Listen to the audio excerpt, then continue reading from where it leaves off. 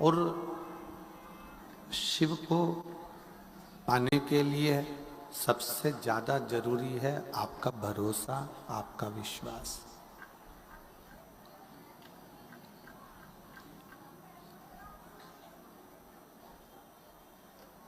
तैतीस कोटि देवी देवता में अगर सबसे जल्दी राजी होने वाले देव हैं तो देव अधिदेव महादेव, स्वयं शिव।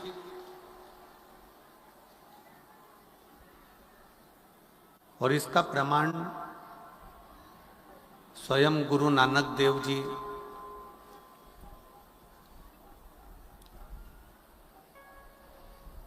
जब महाराष्ट्र की पवित्र भूमि पर पहुंचे तो गुरु नानक देव जी के साथ में संत नामदेव जी थे।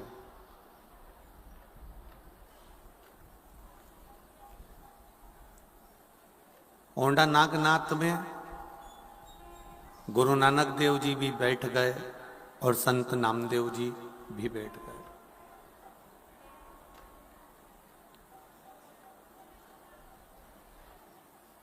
थोड़ी देर बाद संत नामदेव जी ने गुरु नानक देव जी को प्रणाम कर कर कहा कि मैं अंदर शंकर का दर्शन करने के लिए जा रहा हूं,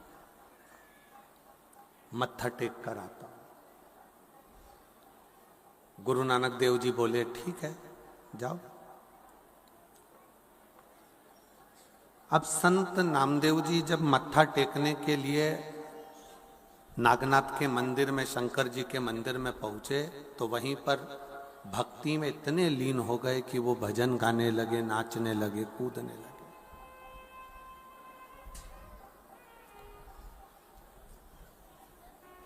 मंदिर के जितने पुजारी थे, मंदिर के जितने संत थे, पुजारी थे, पंडित थे, उन्होंने नामदेव जी को उठाकर मंदिर के पीछे फेंक दिया।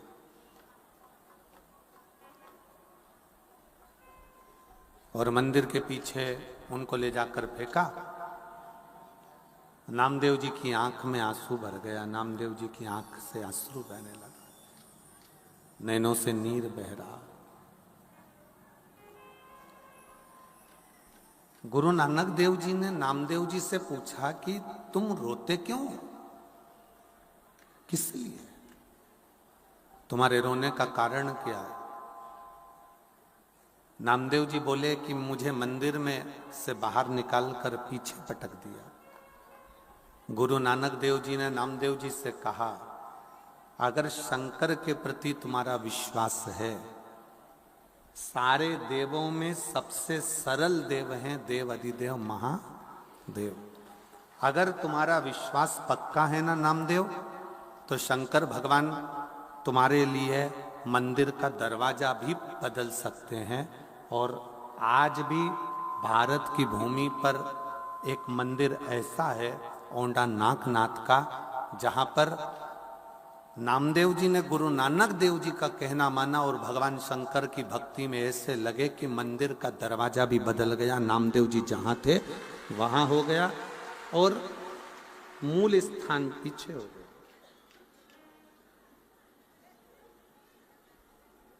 शिव महापुराण की कथा कहती है, एक संत, साधु, सन्यासी, तपस्वी, साधक, उपासक जब अपनी वाणी से कुछ कहते हैं ना तो वो गलत नहीं होता। जैसे अभी श्री माननीय गोपाल जी कांडा जी कह रहे थे कि संत ने 2 रोटी दी और चटनी दी कि इससे खा ले। अब समझने वाला समझ जाता कि वो 2 रोटी नहीं, 2 बालक ही एक संत ने गोदी में डाल दिए हैं कि ये 2 गोदी में बालक आ गए।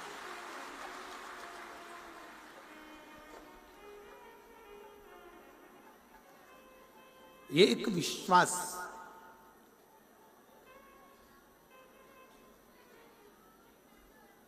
आज भी भारत की भूमि पर ऐसा मंदिर है ओंडा नागनाथ का, महाराष्ट्र में, जो मंदिर उल्टा है, बिल्कुल विपरीत। किसके लिए? एक संत के लिए, एक साधु के लिए, गुरुजन के लिए, तपस्वी जन के लिए।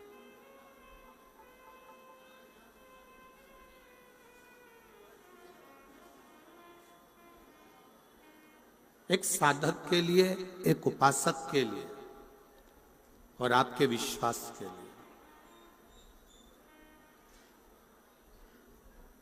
जब आपका भरोसा, जब आपका विश्वास दृढ़ होता है, जब आपका भरोसा भगवान के प्रति दृढ़ होता है, तो भगवान को मिलने में देरी नहीं लगती है, वो मिलता है।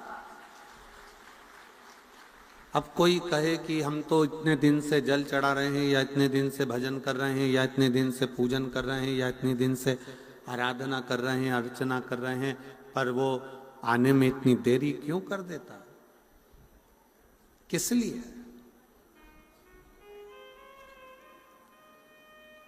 एक बच्चे को भूख लगी है,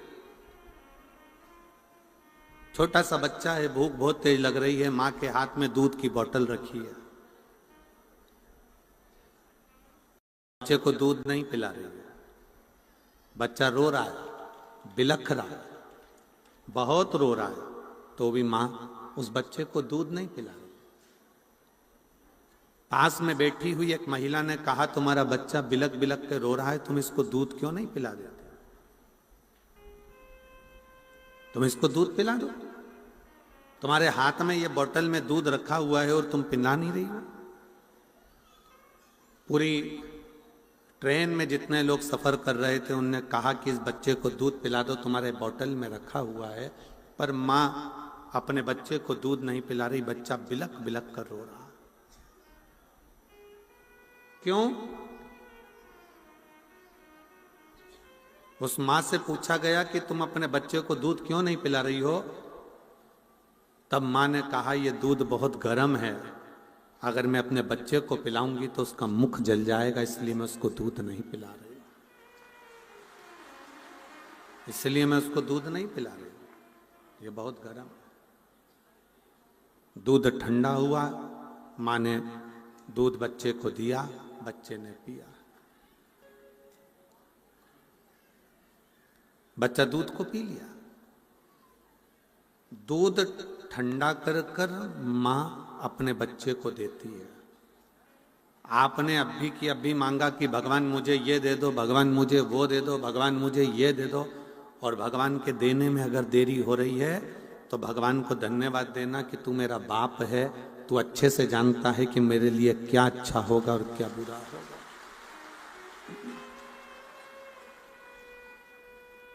मेरे लिए क्या श्रेष्ठ है और क्या श्रेष्ठ नहीं है, ये आप जानते हो, आप पहचानते हो।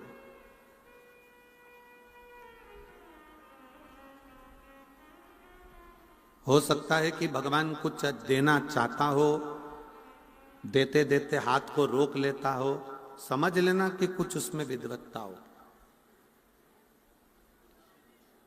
कुछ उसमें श्रेष्ठता हो,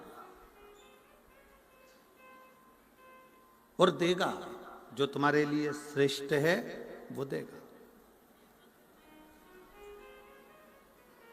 उसकी श्रेष्ठता होगी।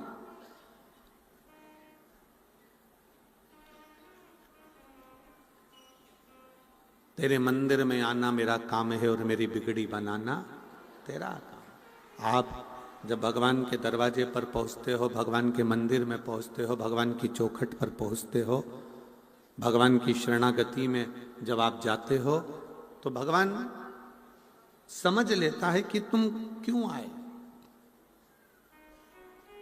किस लिए पहुंचे।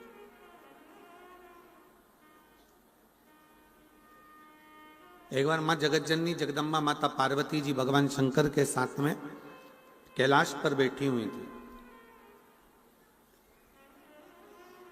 और भगवान शिव बड़े अड़बंग होकर बड़े आनंद के साथ बैठे हुए थे। शिव पार्वती से बात कर रहे हैं, पार्वती शंकर जी से बात कर रहे हैं, और एक निवेदन ये कथा कर रही है, शिव महापुराण की कथा शंकर भगवान के और पार्वती के चरित्र से निवेदन कर रही है कि एक बात अपनी चित्त वृत्ति में बिठा कर रखो। जब पति पत्नी दोनों कक्ष में रहें, जब पति पत्नी दोनों अपने भवन में, अपने रूम में, अपने घर में रहें, तो निवेदन है कि उस समय पर अपने हाथ का मोबाइल चाहे कटे हुए सेवफल का हो, एप्पल का हो, चाहे कैसा भी हो, पर जितनी देर पति पत्नी दोनों साथ रहें उतनी देर मोबाइल को कहीं अलमारी में दबाकर रख दिया करो, जिससे दोनों का स्नेह बातचीत पूर्ण हो।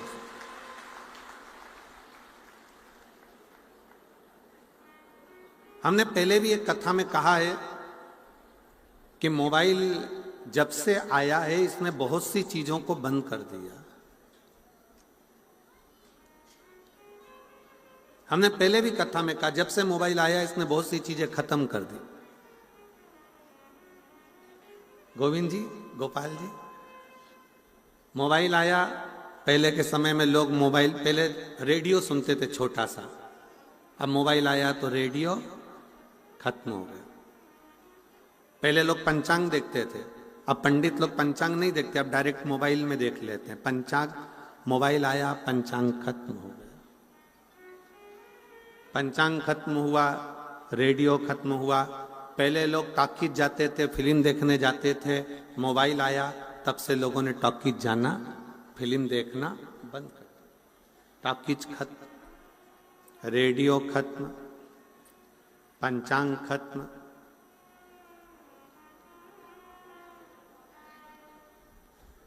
पहले लोग पत्र का इंतजार करते थे, अब मोबाइल पे बात करते हैं तो पत्र भी खत्म। मोबाइल आया, रेडियो खत्म हो गया, फिल्म खत्म हो गई, यहाँ तक कि पंचांग खत्म हो गए। और बचा कुचा था, पहले लोग टॉर्च लेकर चलते थे, जब से मोबाइल आया तब से टॉर्च भी खत्म हो गए। मोबाइल आने से टॉर्च खत्म हो गई, रेडियो खत्म हो गया, सब कुछ खत्म हो गया। और वही मोबाइल जिस दिन तुम्हारी पत्नी के हाथ में आ गया तो तुम भी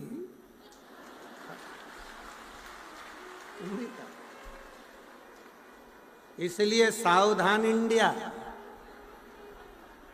थोड़ा सावधान रहिए।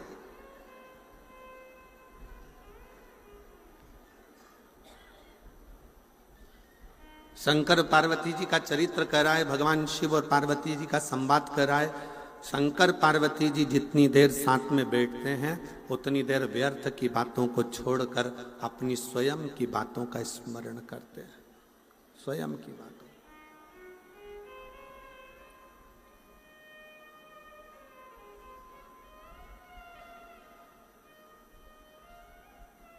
और शंभु शरणे पड़ी मांगू घड़ी रे दुख दया करी न दर्शन ओ शंभो शरणे पड़ी मांगू घड़ी रे घड़ी दुख काटो दया करी न दर्शन। मोबाइल को थोड़ा सा, जब पति पत्नी दोनों साथ रहें, दोनों रहें संग में, तो मोबाइल को थोड़ा दूर कर दीजिए, थोड़ा दूर कर दो। मिठास नहीं आ रही, गला पकड़ रहा है, थोड़ा रूखापन ज्यादा है। मोबाइल को एक कोने में ले जाकर रख दो। शिव जी और पार्वती माता, जगत जननी जगदम्बा और शंकर दोनों बैठे हैं, दोनों, और दोनों अपनी अपनी बातें कह रहे हैं। और उस बातों में पार्वती जी ने शंकर भगवान से बहुत से प्रश्न किए।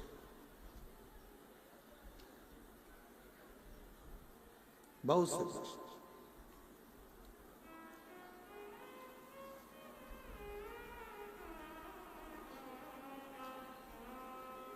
जैसे कल एक कथा शुरू में प्रारंभ हुई थी उत्तानपाद की। उत्तानपाद की दो पत्नियां सुनीति और सुरुचि का प्रसंग आया था। उसमें से एक सुनीति का बेटा ध्रुव है, सुरुचि का बेटा उत्तम है। और उत्तम सिंहासन पर बैठा हुआ है, ध्रुव जी महाराज भी आने वाले समय में सिंहासन पर बैठे। ये सब प्रसंग अपन ने श्रीमद् भागवत में सुना। पर उसके बाद का जो प्रसंग है कि उत्तम की जो धर्म पत्नी है, जिसका नाम बहुला है,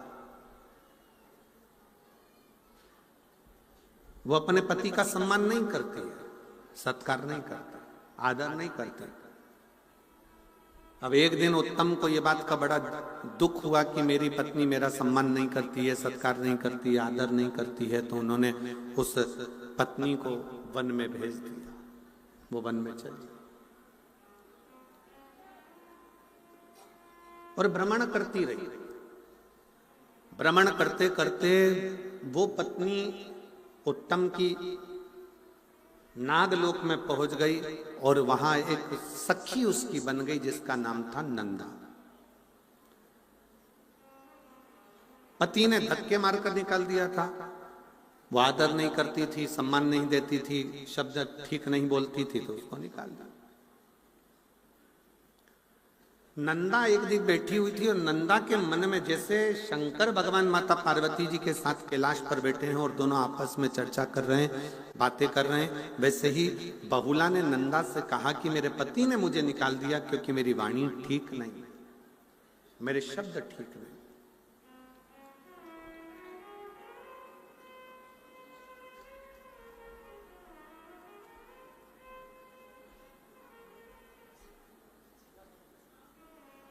बहुला कहती है कि मैं कैसे अपने पति के पास वापिस पहुंच सकती, कैसे? अभी एक कथा के प्रसंग में आपको कहा कि पति पत्नी जब भी रहें साथ में तो मोबाइल को उठाकर किसी अलमारी में कोने में पटक दो।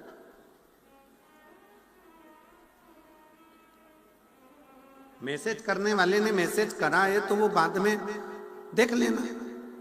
जब पति दुकान जाए, ऑफिस जाए या कहीं कोई काम में है तो आप अपना मोबाइल खोलो, देख लो, मना नहीं है, मैसेज तो कहीं जाने वाला नहीं।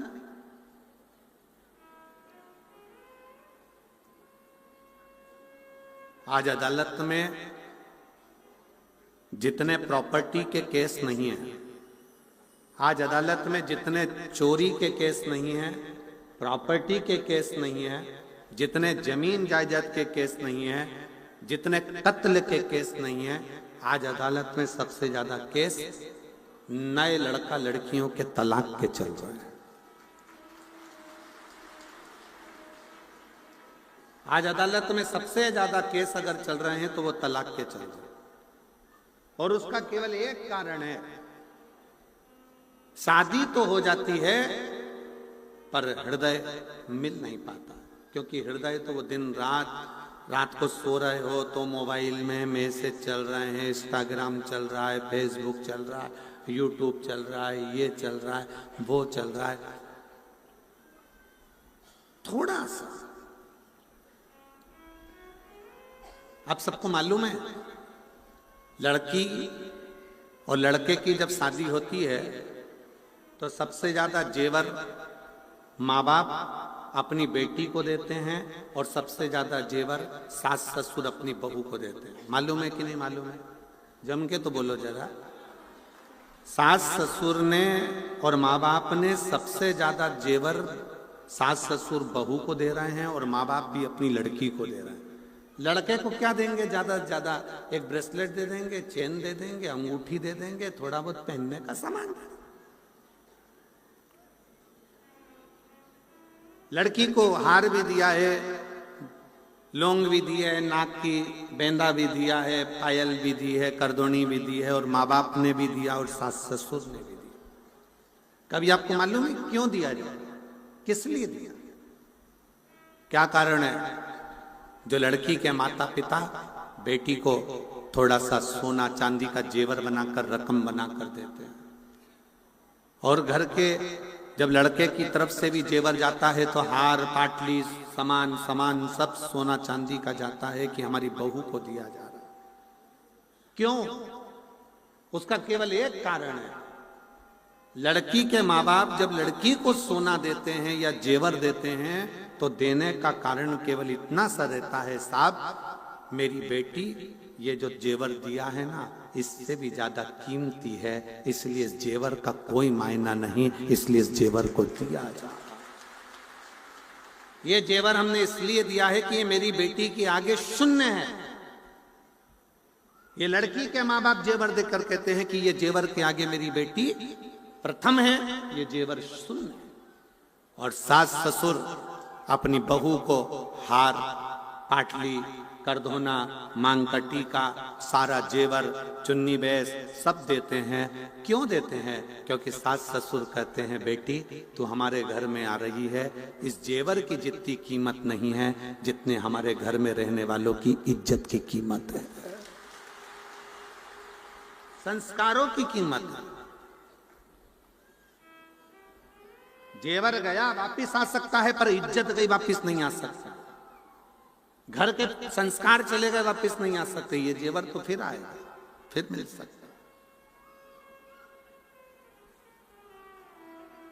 सिरसा वालों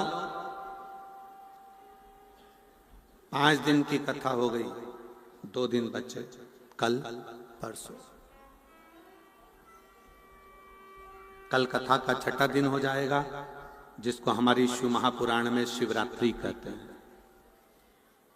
कल कथा की शिवरात्रि हो जाएगी, परसों सुबह 8 बजे से 11 बजे तक कथा होगी, बाबा का स्मरण होगा, कथा का भजन कीर्तन करके आप अपने घर हम हमारे घर। पर सिरसा के निवासियों को निवेदन है, क्या पता कौन सा पुण्य, मैं गोविंद जी आपको भी और गोपाल जी आपको भी बहुत बहुत साधुवाद देता हूं। आपके लिए इतने अच्छे अच्छे पत्र आते हैं, मैं पढ़ता हूं तो मुझे आश्चर्य होता है।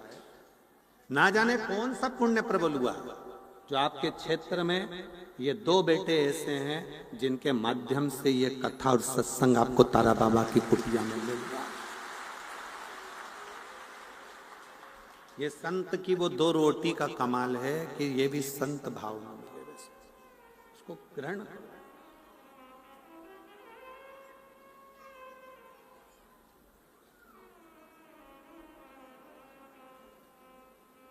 एक मिलिट्री का लड़का आया है, आर्मी का।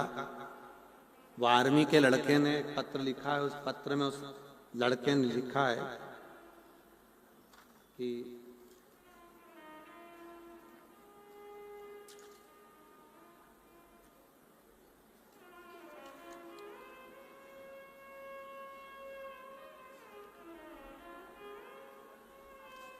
इस आर्मी के लड़के ने एक पत्र में लिखा है,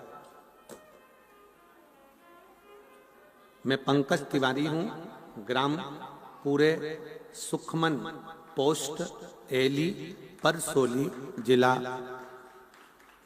गोंडा से हैं, आ जाइए एक पत्र जाना। इस बच्चे ने लिखा है, गुरुजी हमने आपकी कई कथाएं सुनी हैं और स्मरण भी किया है। मैं भारतीय सेना में हूं, पर जो व्यवस्था, मैं कांडा जी को धन्यवाद देना चाहूंगा कि जो व्यवस्था इस तारा बाबा की कुटिया में हुई वो व्यवस्था कहीं प्राप्त नहीं। मैं कांडा जी को धन्यवाद दूंगा, श्री गोविंद जी को, श्री गोपाल जी को, कि व्यवस्था की मूलता किसको कहते हैं। 1 2 3 4 ऐसे पंडालों को मिला और पीछे के सारे पंडाल मिला, इससे 9 पंडाल लगाए गए हैं। और 9 पंडाल में भक्तों के बैठने की व्यवस्था, उनकी आराम से सोने की व्यवस्था, भोजन व्यवस्था, ये सारी व्यवस्थाओं की मूलता कितनी विचित्र है।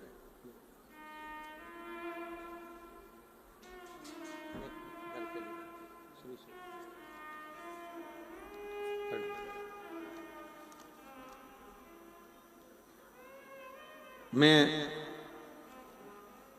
श्री गोविंद जी कांडा जी को और गोपाल जी कांडा जी को इसके लिए धन्यवाद देता हूं कि इतनी सुंदर व्यवस्था शायद ही कहीं हो जो व्यवस्था।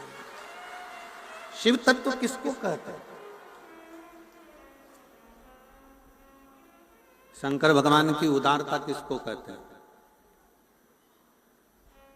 कोई पुण्य सिरसा वालों के होंगे, कोई पुण्य और बहुत प्रबल होंगे जो बाबा देव अधिदेव महादेव ने कृपा कर कर ये दूसरे वर्ष में शिव महापुराण की कथा सुनने का सौभाग्य दिया।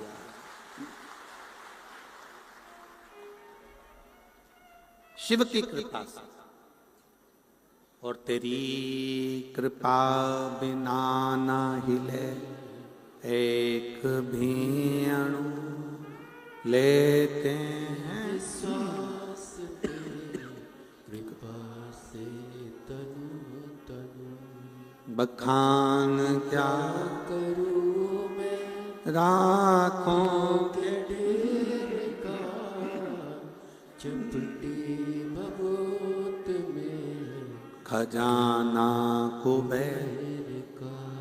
हे गंगधार मुक्ति द्वार ओंकार तू, बोले ओंकार तू, आयो शरण तिया शंभु तार तार तू।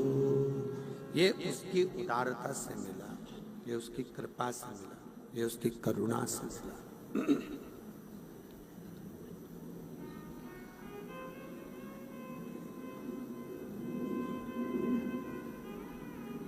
बहुला नंदा से कह रही है, क्या मैंने अपने पति से अपशब्द कहे हैं, मैंने अपने पति से आड़ा टेढ़ा कहा है, क्या मेरे पति मुझे वापस बुला सकते? क्या मेरे पति मुझे वापस रख सकते? बुला लेंगे, बुला सकते। नंदा ने कहा जो दुनिया में कोई नहीं कर सकता वो स्वयं देवाधिदेव महादेव कर सकते हैं, स्वयं शिव। जो दुनिया में कोई नहीं कर सका, जो दुनिया में कोई नहीं कर पाया, वो केवल एक शंकर कर सकते हैं। मेरी जीजियों, मेरे जीजाओं, मेरी बेटियों बेटाओं, मेरी माताओं, सबसे ज्यादा जरूरी है हमारा अच्छा व्यवहार।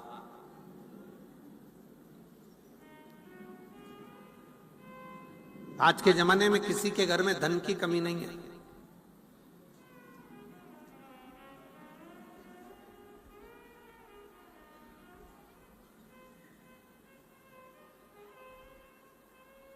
आज के जमाने में सबसे बड़ी कमी है व्यवहार की।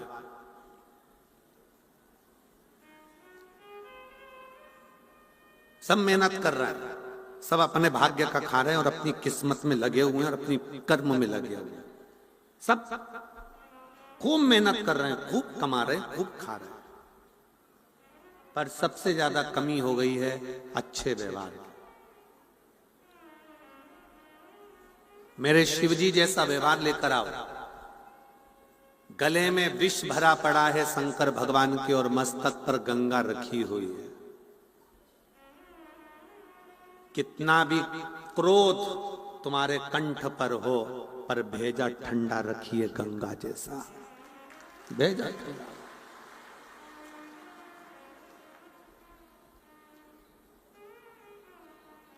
आज के जमाने में व्यक्ति का भेजा ठंडा नहीं है, मस्तिष्क ठंडा नहीं है, दिमाग ठंडा नहीं है। गुस्साया, क्रोध में आकर तलवार ली, चक्कू ली और मार दिया। कितनी देर लगी? चक्कू मारने में लगी कितनी देर? 10 मिनट।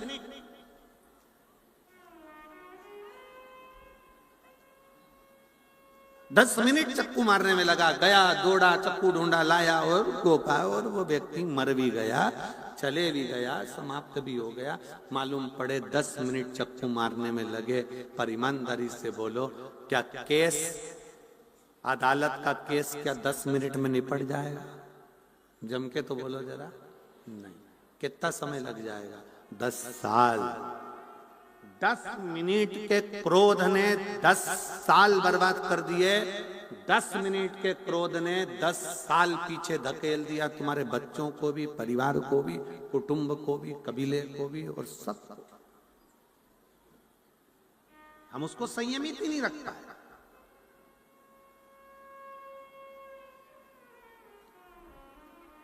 अगर चाहते तो गुरु नानक देव जी कह सकते थे, नामदेव तुझे मंदिर के पंडित जी ने निकाल कर बाहर फेंका है, जा वापिस जा।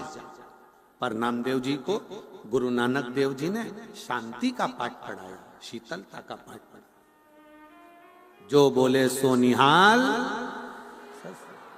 गुरु नानक देव जी ने शांति का पाठ पढ़ाया और गुरु नानक देव जी ने कहा, नामदेव भले तुझे मंदिर से बाहर निकाल दिया, पर तू चिंता मत कर।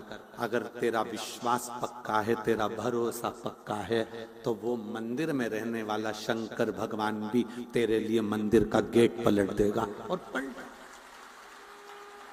पलटा। आपका विश्वास सबसे मूल है, आपका भरोसा सबसे मूल है। अगर विश्वास नहीं है तो परमात्मा भी नहीं है, भरोसा नहीं तो भगवान भी नहीं है। भगवान नहीं है।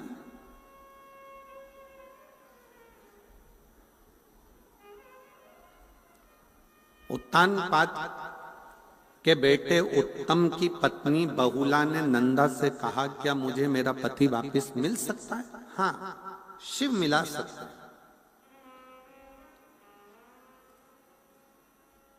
शंकर भगवान एक ऐसे हैं जो मिला सकते हैं। शिव जी का काम है मिलाना।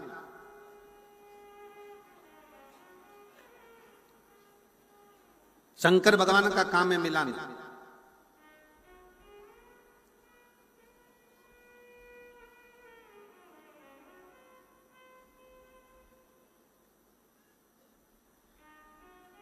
बहुला नंदा के कहने पर शिवलिंग का निर्माण करती है, पूजन करती है, आराधना करती है, और कथा कहती है कि उत्तम को लगा कि मेरी पत्नी कहीं भटक रही है, तो वो ढूंढते ढूंढते पहुंचता है, अपनी पत्नी को लेकर आता है।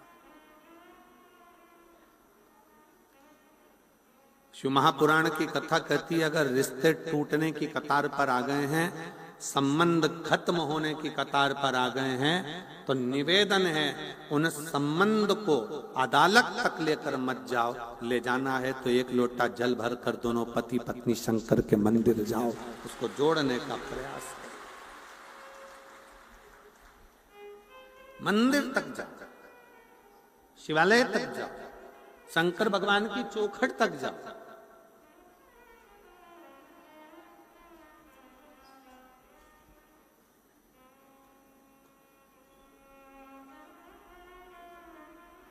कितनी अकड़ से लोग कहते हैं, आन दे मेरा समय मैं दिखा दूंगा तेरे को, आन दे मेरा समय मैं बताऊंगा तेरे को। अकड़ से कह दिया, आन दे मेरा समय मैं तुझे दिखा दूंगा। छाती में दर्द हुआ, हॉस्पिटल ले गए, डॉक्टर ने कहा समय आ गया, ले और अकड़ ले, आन दे मेरा समय मैं दिखाऊंगा कि मैं क्या। दर्द उठा, हॉस्पिटल ले गए, डॉक्टर ने कह दिया समय आ गया। अब आईसीयू में पड़ा है, आईसीयू में पड़ा। अब क्या दिखाएगा? अब तो हरी झंडी ऊपर वाला दिखाए, अब तू क्या दिखाएगा?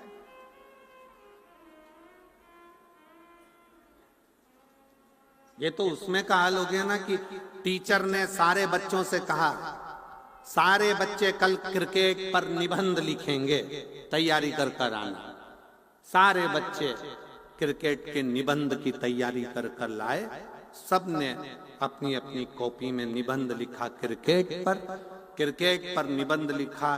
तब क्रिकेट पर निबंध लिखते लिखते सबकी कॉपी सर ने चेक करी, टीचर ने चेक करी। एक बच्चा बैठा था, उससे कहा ला तेरी कॉपी ला। उसने कॉपी दिखाई, और जो कॉपी दिखाई तो पूरी कॉपी खाली थी, पूरी कॉपी। और नीचे लिखा था पानी गिरने के कारण मैच स्थगित कर दिया गया। पूरी कॉपी खाली है, पूरी कॉपी खाली। और नीचे एक लाइन में लिख दिया पानी गिरने के कारण मैच स्थगित कर दिया गया। टीचर को चक्कर आ गया। टीचर, अरे बेवकूफ है, पागल है, मैंने तुझे कहा था क्रिकेट पर निबंध लिखा, स्थगित हो गया तो कैसे लिखता, नीचे लिख दिया। हम यही जिंदगी जी रहे हैं, बस मेरा समय आन दो, समय का इंतजार करते रहते हैं, भाग्य के भरोसे बैठे रहते हैं। भाग्य में होगा तब मिलेगा, भाग्य में होगा तब मिलेगा, भाग्य में होगा तब मिलेगा, भाग्य में होगा तब मिलेगा। भाग्य के भरोसे मेरे शंकर भगवान नहीं कहते कि भाग्य के भरोसे बैठो। मेरे शंकर भगवान कहते हैं अपना कर्म करो, मेहनत करो। जब मेहनत करोगे तो भाग्य खुद लिखोगे, कोई दूसरा नहीं लिखेगा।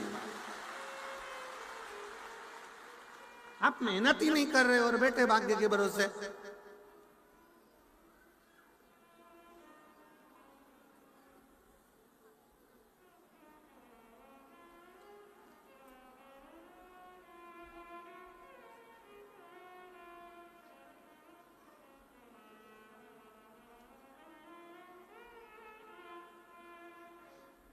गोपाल जी, एक बैंड वाले का फोन आया, बैंड बजाने वाले का।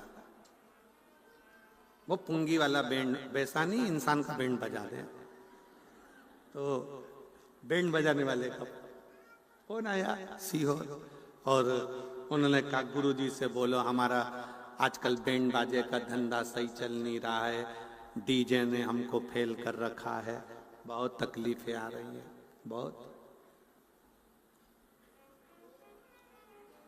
ऑफिस से फोन आया आशीष के पास। आशीष हमको बोला, कहे गुरुजी ऐसी ऐसी बात है। हमने कहा बैंड वालों से भी कहो कि अच्छी मेहनत करे, कुछ नया मेहनत कर कर आगे बढ़े, खूब परिश्रम।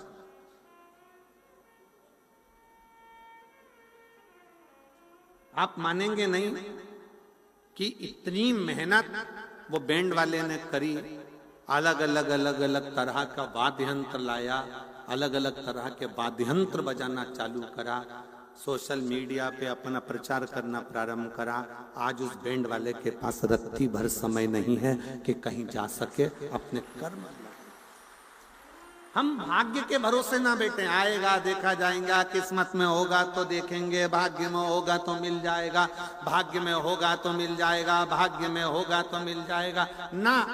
शिव महापुराण की कथा कहती है मेहनत करिए, परिश्रम करिए और पूर्ण परिश्रम करिए। आप अपने भाग्य को लिखने का हक रखते हो खुद।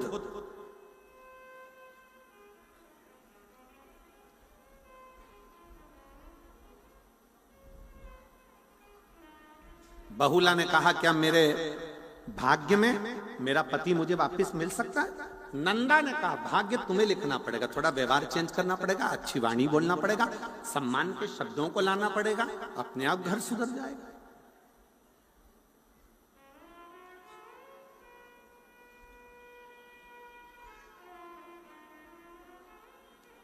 पहले के संबंध आज के संबंध जमीन आसमान का अंतर है। पहले के संबंध में लड़का लड़की को नहीं देखता था, लड़की लड़के को नहीं देखती थी। गए यहाँ पर बैठी होंगी कई बुजुर्ग मेरी माताएं, बूढ़ी बूढ़ी माताएं मेरी बैठी होंगी जो ये जानती हैं। चाय की ट्रे लेकर गए, लड़की ने नीचे रखी चाय की ट्रे,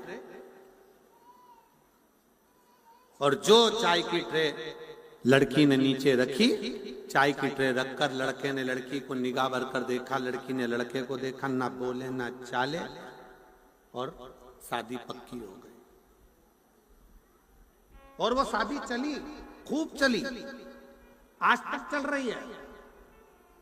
जितना तो नवयुवक लड़के लड़कियों में, जितना तो नवयुवक बेटा बेटियों में, जितना तो नवयुवक बहुओं और बच्चों में प्रेम नहीं, उतना तो घर के बुजुर्ग में, सास ससुर में, बूढ़े बूढ़ों में स्नेह है। इतना प्रेम है। बोलो री जीजी, वो सही है कि गलत है? इतना प्रेम है उनका, इतना प्रेम कि अगर वो मान लो कहीं चली भी जाए, मान लो अगर बुजुर्ग हो गई, बूढ़ी हो गई माँ, बुजुर्ग है, और अगर वो मान लो कहीं चली भी गई तो तुरंत बार बार पूछेंगे काय को जा रही है, क्या करेगी जाकर, वहां क्या करना जाकर। और एक नवयुवक लड़का लड़की, एक नवयुवक बहू बेटा, पत्नी अगर चली गई तो ये तुरंत दोस्तों को फोन लगा कर कहते चलो जरा सिरसा घूम के आ। अंतर है, बहुत अंतर है दोनों में। ना लड़के ने लड़की को देखा था, ना लड़की ने लड़के को देखा था, संबंध पक्का हुआ, वो संबंध आज तक चल रहा है। और एक आज का संबंध, लड़का लड़की को दिखाओ, लड़की लड़के को दिखाओ, दोनों एक दूसरे को होटल में मिले, होटल में देखने के बाद भी इनका मन नहीं भरावे तो फिर वापिस मिले, 3-3 घंटा बात करी, संबंध पक्का हो गया। रात को 8 बजे से लगे सुबह 4 बजे तक मोबाइल पे बात करते रहे। इतनी बात करी, इतनी बात करी, इतनी बात करी, और बात करते करते करते करते शादी भी हो गई। और मालूम पड़ा 2-5 साल टिकी नहीं। और चल क्या मतलब?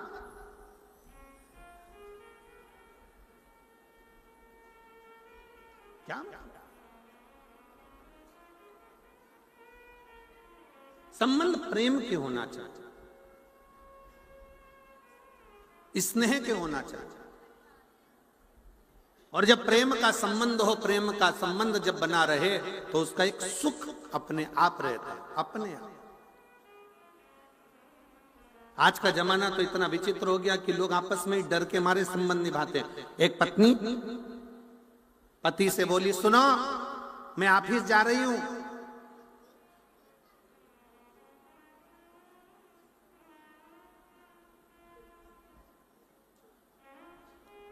बच्चों के थोड़े से कपड़े बाथरूम में रखे हैं,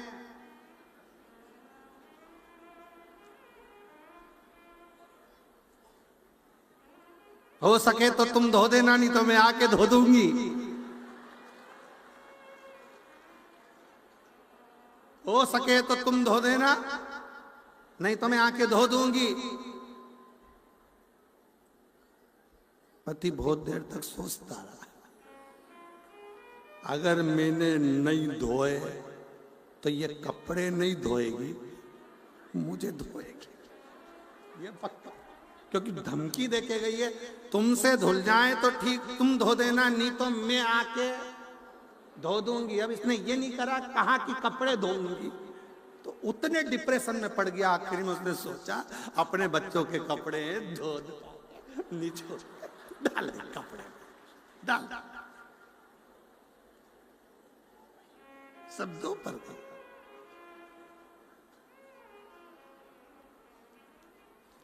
पत्नी ने आते से पूछा, धुल गए? धुल गए? पति बोला, मैं तुझे इतना प्रेम करता हूं। अब ये नहीं बोला कि तुझसे डरता हूं, इतना प्रेम करता हूं, मैंने धो दिया, सब धो दिया। शिव तत्व है, शंकर है, बड़ा अड़भंगा है शिव। कितनी सुंदर एक बात आती है। एक बार भगवान शंकर से पार्वती जी बोली, गणेश जी महाराज मोदक के लिए तरस रहे थे, लड्डू चाहिए था गणेश जी को, और लड्डू रखे थे ऊपर। अब गणेश जी ऊपर चढ़े नहीं, और चूहा ऊपर चढ़ के लड्डू खा के नीचे आ जाए। अच्छा, चूहा एबला बहुत होता है, ये हमेशा बेकार चीज नहीं खाता, कपड़े में भी देख लेगा कौन सा कपड़ा अच्छा, उसी को खाएगा। क्वालिटी चीज चाहिए। हमें तो लगता है आजकल के चूहे भी अच्छी कंपनी के आ गए हैं, उन्हें भी क्वालिटी का सामान चाहिए। बेकार पटक को तुम देखो, एक चूहे की वो चूहा पकड़ने की होती है ना, है? हाँ, पिंजरा, चूहादानी, पर भगवान भी कहते हैं देखो सब चीज एक जैसी नहीं रहती है। चूहे में चूहेदानी रहती है, साबुन में साबुनदानी रहती है, मच्छरदानी में मनुष्य रहता है। मच्छरदानी में कहाँ मच्छर रहता है? तो वो चूहे की जो दानी होती है ना उसमें वो रोटी का टुकड़ा रख दे। अब चूहे इतने समझदार होते हैं, वो टुकड़ा खाने जाते ही नहीं। बोलो जाते क्या? अब तुम उसका वो चूहादानी का ऐसा मुंह कर देते इधर। अब चूहा इतना होशियार, उधर जाए इधर से घूम के अच्छा टिफिन का माल खा जाता। चूहे बड़े समझदार। तो आजकल ऐसा लग रहा है कि इनको सिखा के पैदा किया जा रहा है। तो समझ। अब गणेश जी महाराज तो नीचे बैठे और वो चूहा चढ़ गया ऊपर।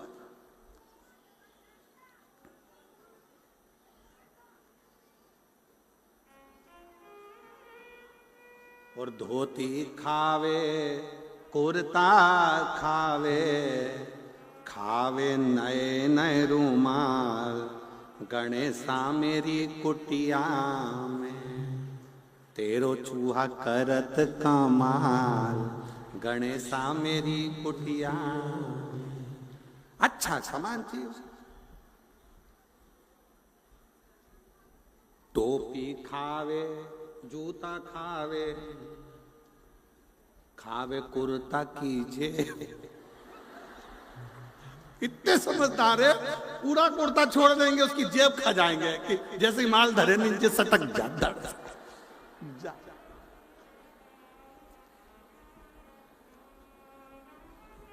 खावे कुर्ता की जेब, गजानंद मेरी कुटिया में तेरो चूहा करत कमाल, गजानंद मेरी कुटिया। अब पार्वती जी ने आवाज लगाई प्रभु भगवान शिव जी से, शंकर जी से कहा शंभु शंभु शंभु शंभु शंभु। शंकर भगवान देखे पार्वती जी को, क्या चाहिए? पार्वती जी बोली गणेश को लड्डू दे दो ऊपर से।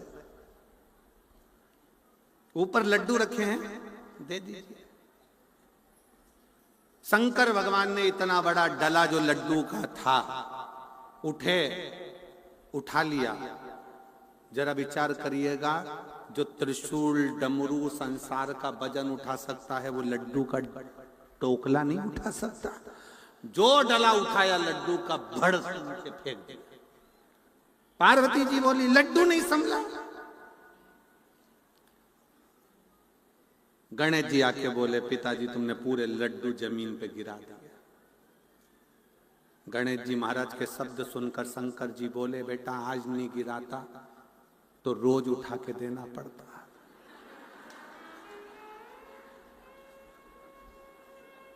ये उसी में का हाल है। सास ने बहू से कहा, मेरी नई बहू आई है, कितनी जोरदार आई है, बेटा क्या क्या बनाना आता है? बहू ने कहा मम्मी सारी चीजें आ जाती है। अच्छा चल आइसक्रीम बना।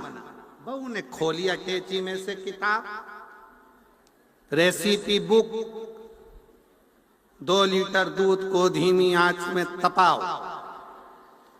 तपाए, बेकिंग पाउडर डालो, हिलाओ, इलायची का एसेंस डालो, हिलाओ, ड्राई फ्रूट्स डालो, हिलाओ, फिर 1 घंटा फ्रिज में रख दो। 3 घंटे बाद सास फ्रिज खोल के पानी पीने गई तो उसमें उसने देखा 1 घंटा रखा था। सास ने पूछा बहू ये मंदिर का घंटा फ्रिज में किसने रखा? बहू बोली मम्मी सिर से पल्लू लेके बड़े प्रेम से बोली मैंने रखा। तो तूने क्यों रखा? बुक में लिखा था 1 घंटा फ्रिज में रखो। अरे सास बोली अरे तूने जो घोल तैयार करा था उसको 1 घंटा फ्रिज में रखना था और तू मंदिर का घंटा उठा के रखी। शिवजी जानते थे अगर मैंने डला दे दिया तो मुझे बार बार देना पड़ेगा। अगर मैंने डला दिया है तो देना पड़ेगा, फिर देना पड़ेगा।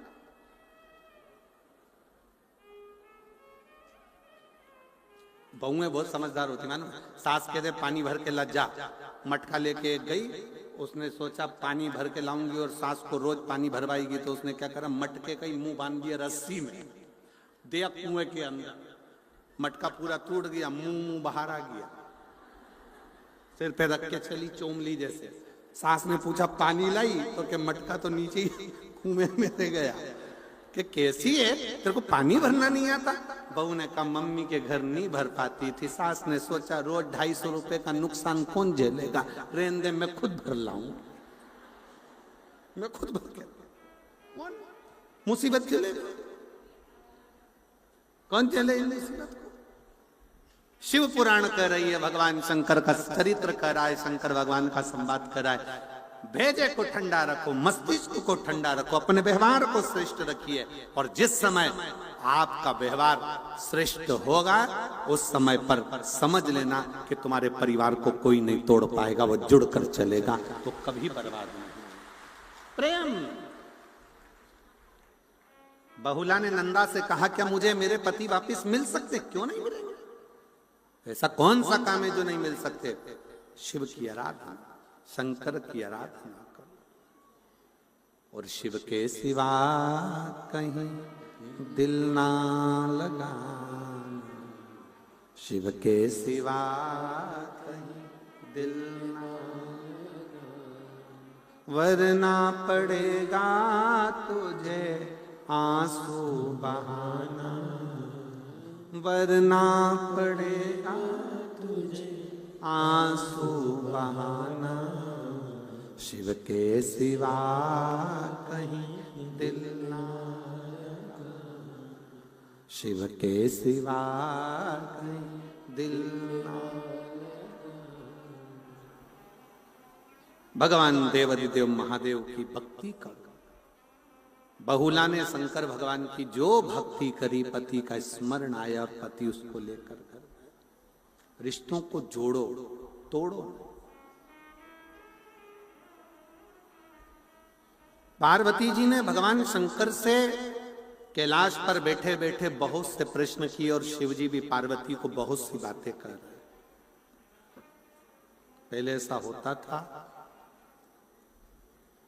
पति ऑफिस से आता था, दुकान से आता था, फैक्ट्री से आता था, तो रात्रि में विश्राम करने से पहले पति पत्नी दोनों बहुत बातें करते थे।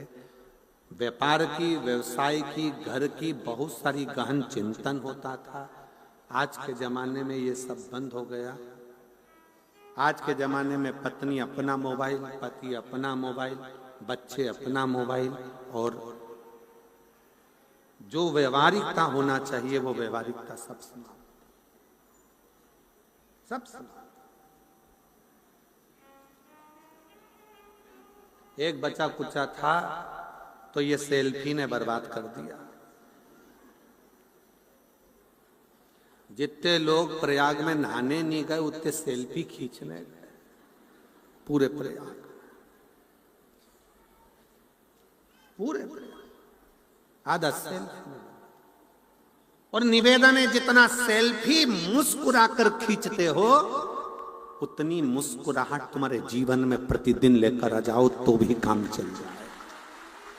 उतनी मुस्कुराहट अपने जीवन में लेकर आओ। रोज प्रतिदिन आपके चेहरे पर मुस्कुराहट होना चाहिए, स्माइल होना चाहिए, चेहरे की प्रसन्नता होना चाहिए। और ये जीवन का एक सबसे बड़ा सूत्र है, आपके चेहरे की मुस्कुराहट कहीं नहीं जाना चाहिए।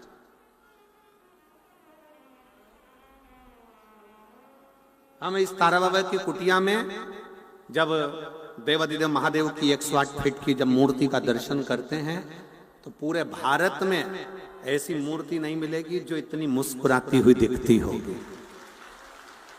पूरे भारत में जितनी जितनी बड़ी बड़ी मूर्तियां बनी है, चाहे तुम पूरे भारत की, हरियाणा में भी 2-4 जगह कई जगह बनी हुई है, शुक्रताल वगैरह में बनी हुई है, कहीं कहीं बनी, बहुत सारी शिव जी की मूर्ति बनी, पर ऐसी मूर्ति जो 108 फीट की जिसके चेहरे की मुस्कुराहट आप रूप एक आनंद देते, आप उसके चेहरे की मुस्कुराहट सीख देते हैं भगवान शंकर, भगवान शिव कहते हैं कि प्रेम, स्नेह और मुस्कुराहट ये कभी समाप्त ना करें। आपका प्रेम, स्नेह, मुस्कुराहट बनेगा।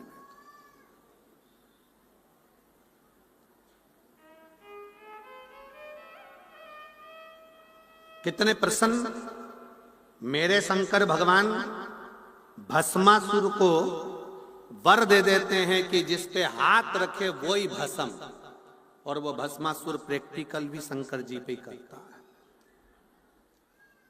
तो भी शंकर भगवान को दुख नहीं होता, भागते भागते शंकर भगवान हंसते, खूब हंसते। भगवान विष्णु ने पूछा, प्रभु क्यों हंस रहे हो? कि मैंने भस्मासुर को आशीर्वाद दे दिया कि जिस पे हाथ रखेगा वही भस्म। तो भगवान विष्णु ने पूछा, ये रोने की बात है कि हंसने की? शंकर भगवान बोले, रोने से काम क्या होगा, इसलिए हंस लूं तो अच्छा। मुस्कुरा,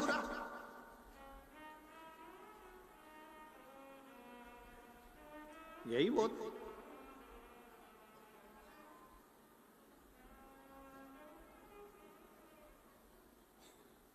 रावण को बाबा तूने लंका दिया,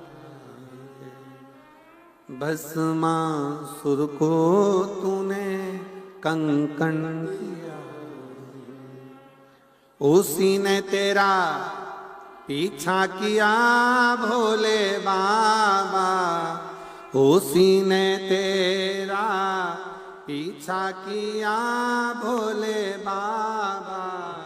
मत वाले रखवाले, मत वाले रखवाले, बमा बम भोले शंकर, गले में नाग भयंकर।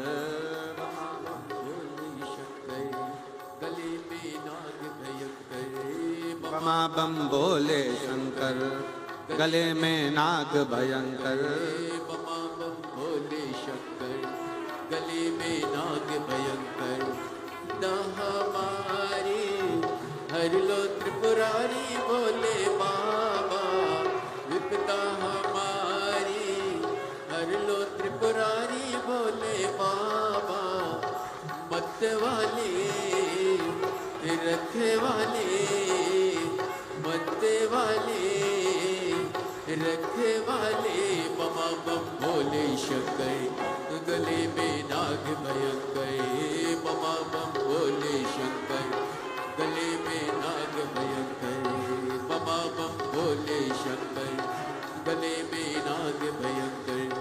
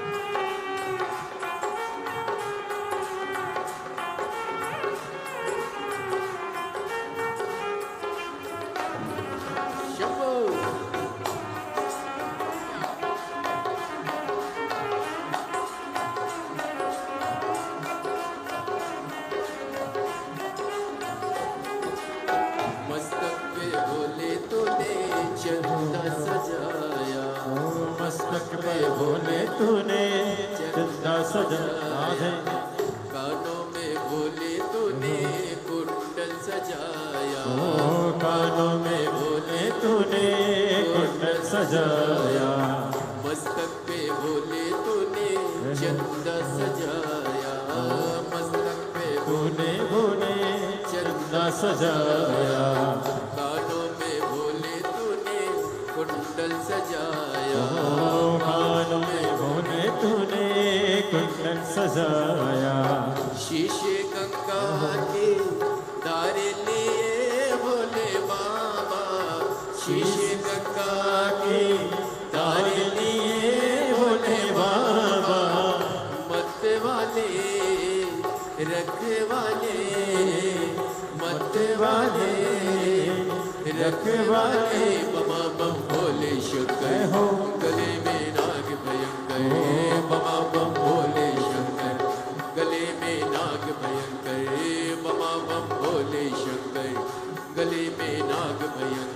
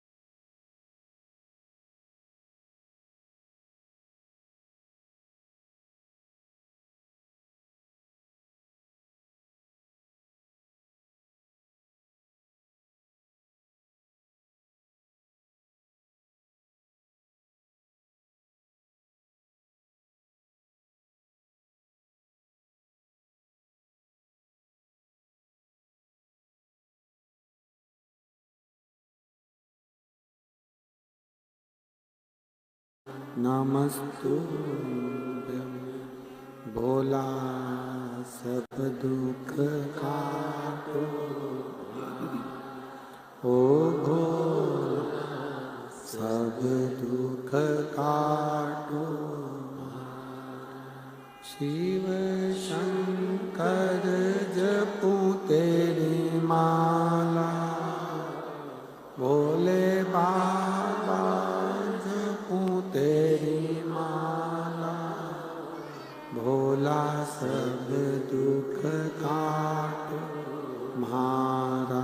ओ भोला सब दुख काटो म्हारा। वेश है मंगलकारी, वेश है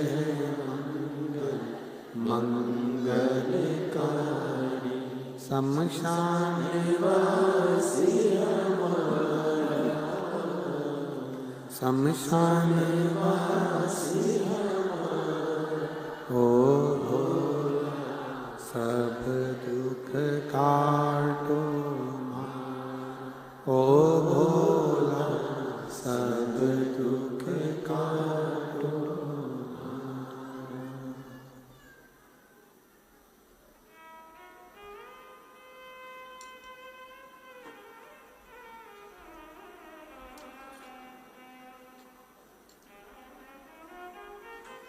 भगवान देवादिदेव महादेव भगवान शिव, ओगरदानी त्रिकालदर्शी कैलाश विनाशी शंकर की कथा कर रही है। शिव महापुराण की कथा वर्णन करती है, शिव तत्व कहता है, शंकर भगवान का संवाद कहता है। शिव जी माँ जगज्जननी जगदम्बा पार्वती को लेकर कैलाश पर बैठे हैं। दोनों की व्यवहारिक बातें चल रही।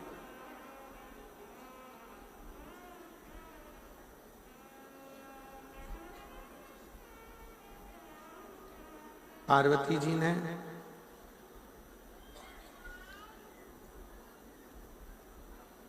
शिव जी से कुछ प्रश्न किए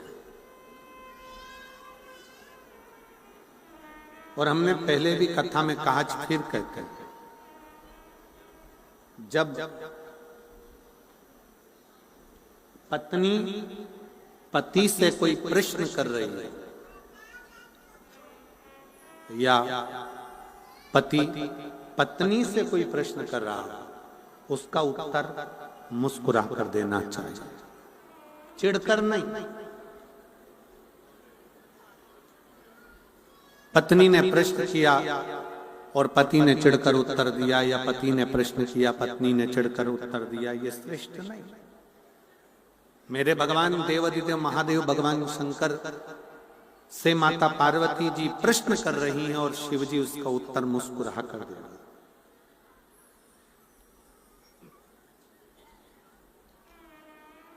भगवान शंकर उसका उत्तर मुस्कुरा कर देते। कहो पार्वती क्या बात है? पार्वती जी कहती हैं, प्रभु एक मेरे मन में एक बहुत बड़ा संशय है।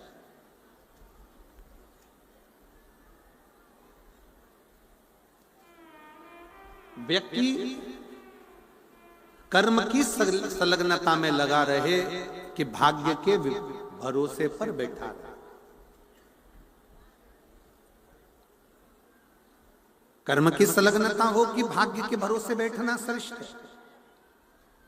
भगवान शंकर कहते हैं, पार्वती एक बात अपनी चित्त वृत्ति में उतार कर रखिए। अपनी चित्त, एक व्यक्ति का जीवन का एक कर्म, भगवान शंकर कहते हैं, जब कोई एक लोटा जल लेकर मेरे मंदिर तक, मेरे शिवालय तक, मुझ तक जब कोई एक लोटा जल लेकर पहुंचता है ना, शंकर भगवान कहते हैं उस समय पर, उस व्यक्ति के घर से निकलने पर, मंदिर तक पहुंचने पर वो जितना मनन चिंतन करता है हुआ आता है, जो सोचता हुआ विचार करता हुआ आता है, शंकर भगवान कहते हैं कि वो मेरे मंदिर तक पहुंचते पहुंचते उसका कार्य पूर्ण में अपने आप कर देता। और उसका प्रमाण देखिए, एक पत्र है,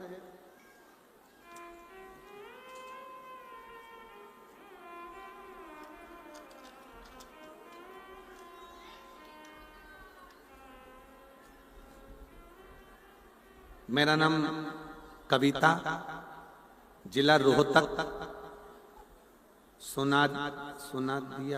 सुनारिया से यहाँ बाबा के, तारा बाबा के कथा पंडाल में कथा सुनने के लिए, धन्यवाद देने के लिए आई।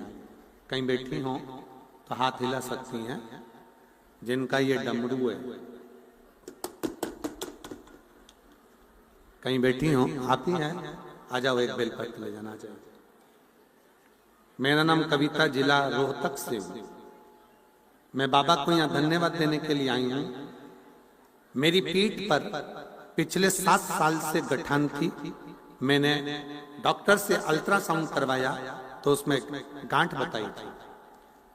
तब डॉक्टर से दवाई लेकर मैं वापिस आ गई और ननंद के कहने पर मैं सीहोर वाले गुरुजी कथा करते हैं, तुम उनका कथा सुनो और शिव जी पर 1 लोटा जल चढ़ाना प्रारंभ करो। हम लोग सीहोर पहुंचे, वहां जाकर रुद्राक्ष लाई और बाबा का रुद्राक्ष तांबे के कलश में जलाकर शिव जी पर चढ़ाकर उसका आचमन करने लगे। मैं बाबा का बेलपत्र चढ़ाया हुआ पीठ पर भी लगाती और उसको खाती भी। आज मैं बाबा को धन्यवाद देती हूँ कि मैंने दूसरी बार जब अल्ट्रासाउंड कराया तो मेरी पीठ की गठान पूरी गल चुकी थी। मैं बाबा को प्रणाम करने के लिए आई। गुरुदेव, मेरे पति के मुंह में छाले होने के कारण जो छाले बहुत दिन से लगे हुए थे वो छाले समाप्त नहीं हो रहे थे। हम लोग बहुत परेशान हो गए। डॉक्टर को जांच कराया तो डॉक्टर ने बताया कि इनको कैंसर जैसी भयानक बीमारी के लक्षण थे। परिवार पूरा परेशान हो गया, करें तो करें क्या। तब डॉक्टर साहब से कहा कि आप दवाई दे दीजिए। वो दवाई लेकर हम आ गए। कुंदकेश्वर महादेव का नाम लेकर, आप कहते हो ना कि डॉक्टर भी शंकर का एक रूप होते हैं, तो हमने डॉक्टर की दवाई को शिव का प्रसाद मानकर कुंदकेश्वर महादेव का नाम लेकर खाना प्रारंभ करा और वो दवाई खाते खाते रुद्राक्ष का जल, सीहोर से लाए हुए कंकर शंकर पे चढ़ा हुआ जल उनको देना प्रारंभ करा। आज मेरे पति भी पूर्ण तरह से स्वस्थ हैं और उनको कोई रोग नहीं है, उनकी रिपोर्ट नॉर्मल आई है। मैं बाबा को यहाँ प्रणाम करने के लिए आई हूँ। शिव तत्व किसको कहता है? एक दो पत्र बड़े सुंदर है, देखिए।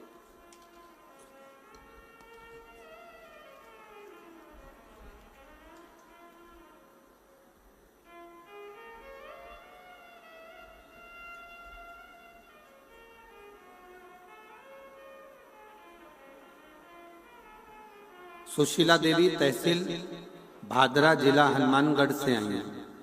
कहीं बैठी हो तो हाथ हिला सकती हैं। सुशीला देवी, तहसील भादरा, अगर कहीं बैठी हो तो हाथ हिला सकती हैं। आप ही हैं, आ जाओ, बेलपत्र ले जाना। मेरे पति का नाम रघुवीर सिंह है। 2020 में फौज से रिटायरमेंट हो गए। 2020 में रिटायरमेंट हुआ। 1 साल तक नौकरी ढूंढते रहे। 2 साल हो गया नौकरी ढूंढते ढूंढते, पर उनको दूसरी नौकरी नहीं मिल पाई। सारे एग्जाम दिए तो भी उनका रिजल्ट ठीक नहीं आ पाया। तब मेरी मम्मी ने बताया कि टीवी पर आस्था चैनल पर पंडित प्रदीप मिश्रा जी भोलेनाथ जी की कथा सुनाते हैं। मैंने आपकी कथा सुनना शुरू किया। मेरे पति रोज शिव जी के मंदिर जाते, 1 लोटा जल चढ़ाते, भोलेनाथ से प्रार्थना करते। जैसे जैसे भर्ती आई वैसे वैसे एग्जाम देते रहे, फिर भी 1-2 नंबर से रह जाते। 2023 में फिर हम लोग कुबेरेश्वर धाम गए और कुबेरेश्वर धाम में जाकर बाबा भोलेनाथ से प्रार्थना की और श्री शिवाय नमस्तुभ्यम का जाप 108 बार किया।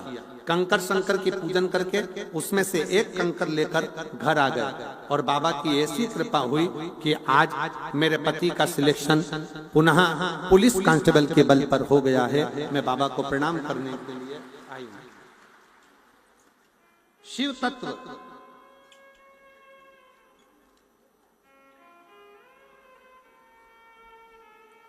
और मैंने तेरे ही भरोसे बाबा तेरे ही भरोसे हवा बिच उड़ती जावांगी बाबा डोर हतो छड़ी नामे कटी जावागी भोले मैं तेरी भगत शंभो मैं तेरी भगत हवा बिच उड़ती जावांगी बाबा डोर छड़ी नामे में कटी भोले मैं तेरी। शिव तत्व कह रहा है भगवान शंकर का चरित्र का। आपका जितना विश्वास है, आपका जितना भरोसा है, आपकी जितनी दृढ़ता है, शिव को मिलने में देरी नहीं लगती है। भरोसा मूल है, सबसे मूल है आपका भरोसा, सबसे मूल है आपका विश्वास। थोड़ा मिठास करिए साउंड में। सबसे मूल है आपका विश्वास, आपका भरोसा, आपकी दृढ़ता। पार्वती जी भगवान शिव से कहती हैं कर्म और भाग्य।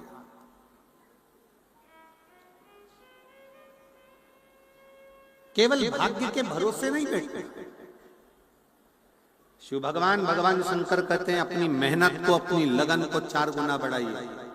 मेरे बेटा बेटी जितने कंपटीशन एग्जाम में बैठ रहे हैं, जितने बच्चे 10th 12th का एग्जाम दे रहे हैं, जितने बच्चे कुछ नया करने का अगर जज्बा रखते हैं, तो उनसे निवेदन करूंगा कि अपनी मेहनत को बढ़ाओ, अपने परिश्रम को बढ़ाओ, अपनी लगन को बढ़ाओ। और जब आप अपना कर्म, अपनी मेहनत, अपनी लगन बढ़ाओगे तो अपना भाग्य अपने कर्म के अनुसार खुद लिखते चले जाओगे और आगे बढ़ते चले जाओगे। संसार में कई लोग ऐसे हैं जो अपने भाग्य के भरोसे पर बैठे रहते हैं। देखा जाएगा, होगा, भगवान जब चाहेगा तब करेगा, भगवान जब चाहेगा तब करेगा। ना ना ना, मेहनत अपने को करो, परिश्रम अपने को करो। जितना जितना मेहनत करोगे, जितना जितना परिश्रम करोगे, जितनी जितनी मेहनत के पल पे आगे बढ़ोगे, उतना उतना सुख आपके जीवन में बढ़ता चले जाएगा। आप मेहनत करिए, परिश्रम से आगे बढ़िए। लगन बहुत जरूरी। शिव कथा कहती है, भगवान शंकर का चरित्र कथा है, शिव महापुराण की कथा कह रही है। पार्वती जी प्रश्न करी भगवान शंकर से, भगवान शंकर ने फिर पुनः उत्तर दिया। कहा, प्रभु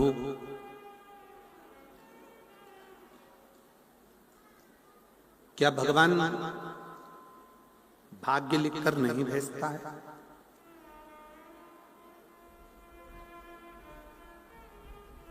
क्या भगवान भाग्य लिखकर नहीं भेजता? 2 चीजें हैं, बहुत सावधानी से समझिएगा।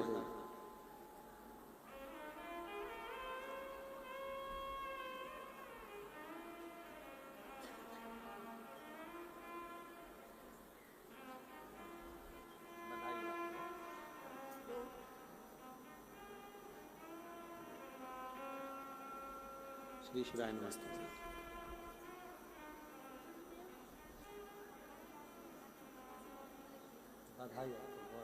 शिव कृपा।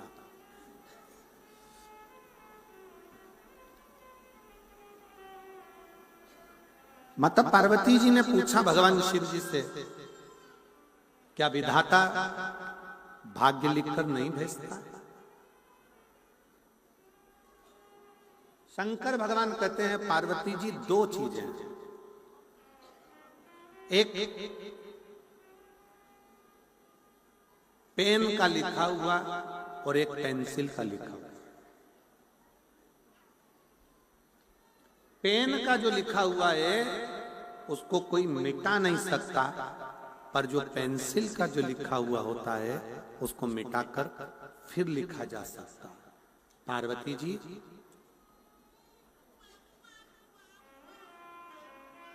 विधाता इस कोरे कागज पर पेंसिल से लिखकर भेजता है और नीचे अपने सिग्नेचर कर कर भेजता है कि वक्त पड़ने पर आप अपने परिश्रम से, आप अपनी मेहनत से इस कागज को मिटा सकते हो और अपनी मेहनत से नया पर्चा फिर बना सकते हो। कोई दूसरा नहीं। शिव महापुराण की कथा कहती है, शंकर भगवान पार्वती जी से कहते हैं खांसी हमें चली है तो हमें खांसना है, छींक हमें आई है तो हमें छींकना है, सिर हमारा दुखा है तो गोली भी हमको खाना है, पेट में दर्द हमारे हुआ है तो दवाई भी हमको लेना है।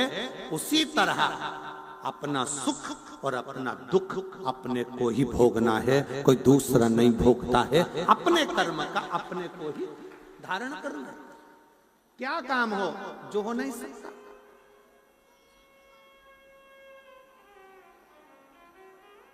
देवताओं ने अमृत पिया, 33 कोटि देवता अमृत के हकदार बने और शंकर भगवान के लिए केवल विष का कटोरा सामने लाकर रख दिया गया, केवल विष।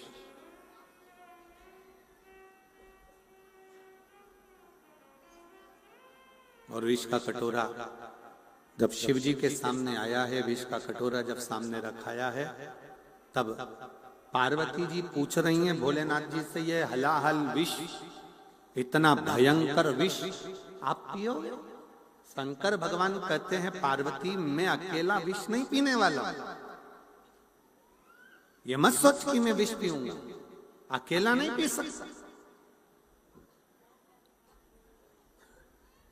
जीवन में जब दुख आता है, तकलीफ आती है, कष्ट आता है, बीमारी आती है, रोग आता है, तकलीफ आती है, बहुत बहुत कष्ट जब जीवन में आता है, बहुत बहुत तकलीफें जब जिंदगी में आती हैं, तो परिवार किस लिए होता है? उस दुख को झेलने के लिए। मैं अकेला नहीं, पार्वती इस विष को मैं और तुम दोनों धारण करेंगे, क्योंकि शिव और शक्ति दोनों मिल जाते हैं तो दुख कितना भी बड़ा हो वो अपने आप कटता चले जाता, अपने आप कटता। शिव और शक्ति का जो मिलन होता है, शंकर और पार्वती का जो मिलन होता है, शिव शक्ति के मिलन से वो दुख कटता चले जाता है, वो तकलीफ कटती चली जाती है, वो दुख अपने आप समाप्त होता चले जाता है। थोड़ा मीठा करिए, गला पकड़ रहा है बहुत तेज, मिठास दीजिए उसमें, एकदम रूखा रूखा आ रहा है।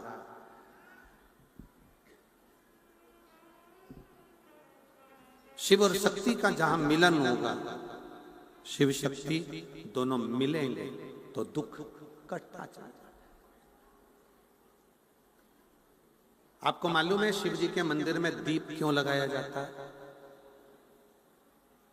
जम के बोलो जरा, किसी को ज्ञात है? शंकर जी के मंदिर में दीप क्यों लगाया जाता है? दिया क्यों जलाता है? किस लिए जलाता है? मंदिर में अंधेरा है, प्रकाश करने के लिए दीप जलाते हैं क्या? जम के बोलो।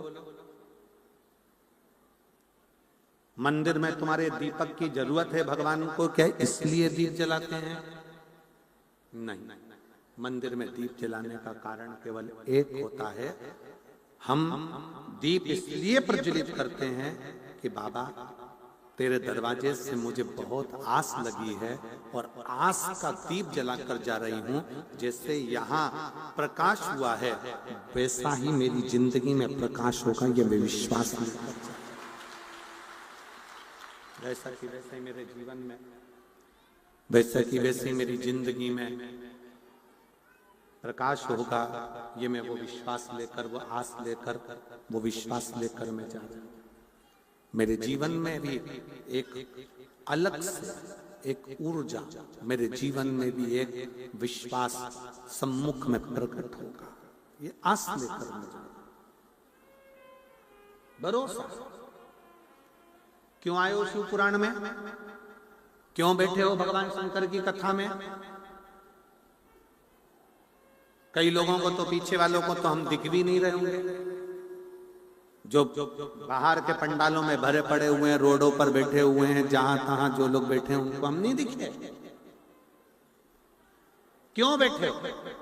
केवल एक आस का दीप जलाकर बैठे हो कि विश्वास के बल पर कि मेरा शंकर, जो तुलसी बाबा ने लिखा कि शंकर विश्वास रूपिणो, शिव जी विश्वास हैं, तो वो विश्वास को अपने भीतर जागृत कर कर बैठे हुए हो कि विश्वास में शिव मिलेगा जरूर, शंकर हमें प्राप्त जरूर होंगे और शंकर हमें मिलेंगे जरूर, और मेरा दुख, मेरी तकलीफ, मेरा कष्ट शंकर काटेंगे जरूर, काटेंगे।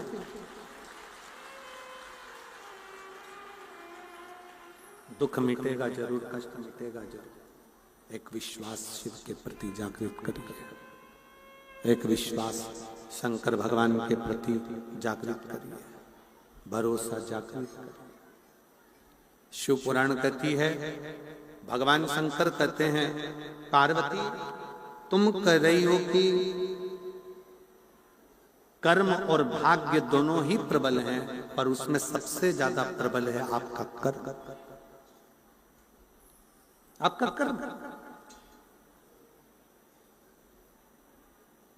एक विदल और उत्पल दो असुरु है,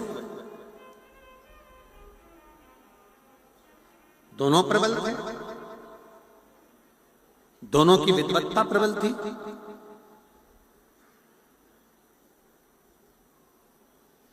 सब कुछ अच्छा कर्म करे, सब कुछ श्रेष्ठ करे, पर गलत दृष्टि मां जगत जननी की ओर कर दी, मां जगदम्बा की। और यही की यही गलती भगवान शंकर के नेत्र से नेत्र बंद करने के बाद एक जो अश्रु गिरा था, उस अश्रु से जो एक बालक हुआ था जिसका नाम अंधकासुर था, उस अंधकासुर ने भी यह गलती करी थी कि अपनी माता पर गलत दृष्टि दे दी थी, अपनी मां जगत जननी दुर्गा भवानी पर गलत दृष्टि दे दी थी, अपनी माता गलत दृष्टि से।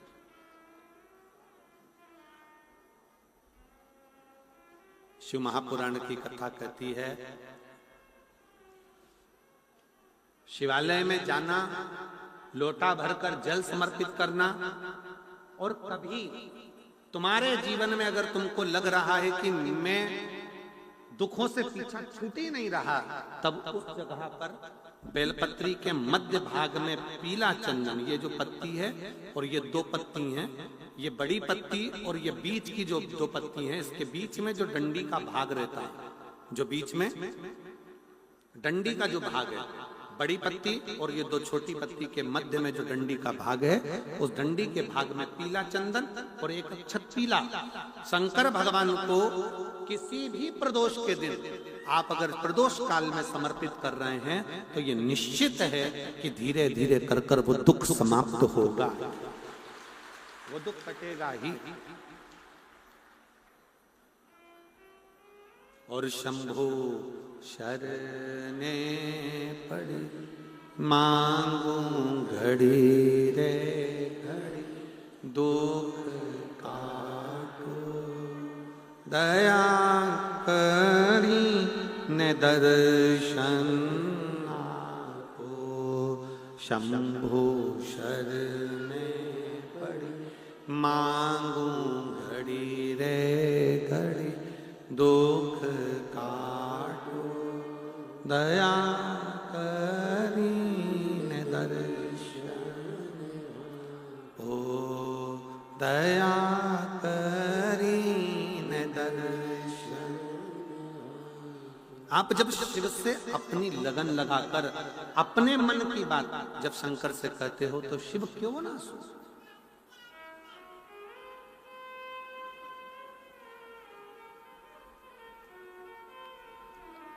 पार्वती जी ने फिर अगला प्रश्न किया।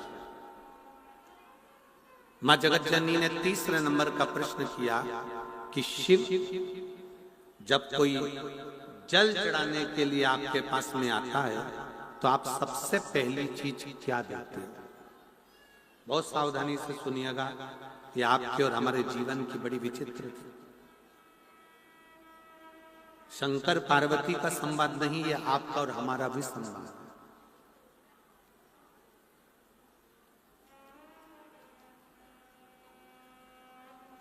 शिव के मंदिर में जल चढ़ाने वाले को, शिव महापुराण की कथा को श्रवण करने वाले को, मात पिता की सेवा करने वाले को, वृद्धजन, गुरुजन, संत जन, साधु जन, सन्यासी जन, तपस्वी जन, साधक जन, उपासक जन की सेवा करने वाले को आप क्या देते? सबसे पहला क्या देते? वैसे आपने धन दिया, दौलत दी, संपदा दी, सत्ता दिया, वैभव दिया, सब कुछ दिया, पर सबसे मूल आप क्या देते? सबसे पहले नंबर पर क्या दिया जाता?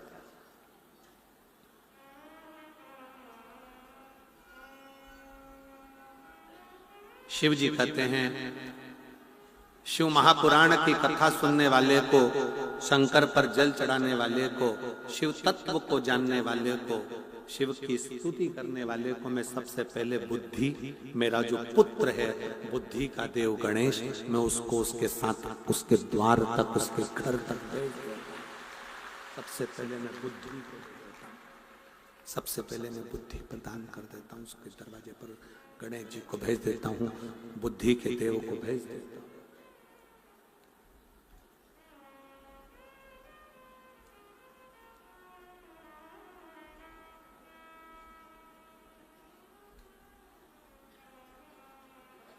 भाग्य श्रेष्ठ है कि बुद्धि श्रेष्ठ है? तो शंकर भगवान कहते हैं ये बुद्धि और भाग्य का भी झगड़ा बहुत हुआ। इसमें बुद्धि कुछ नहीं बोली है, पर भाग्य बहुत बोला। एक दिन की बात है, मैं माता सती के साथ में कुंभज ऋषि के आश्रम पर जा रहा था। पार्वती अगस्त ऋषि के दरवाजे पर मैं कथा श्रवण करने के लिए जा रहा था। उस समय पर भी सती ने मुझसे यही प्रश्न किया था कि बुद्धि और भाग्य में श्रेष्ठता किसकी है?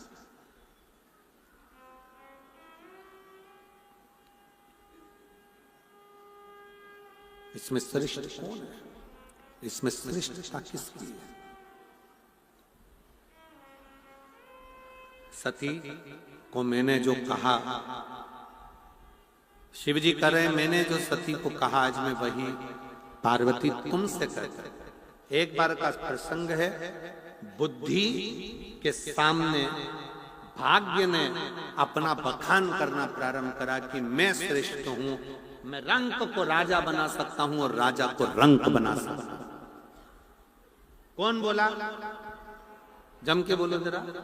भाग्य ने कहा कि मैं रंक को राजा बना दूं और राजा को रंक बना दूं, मैं भाग्य हूं।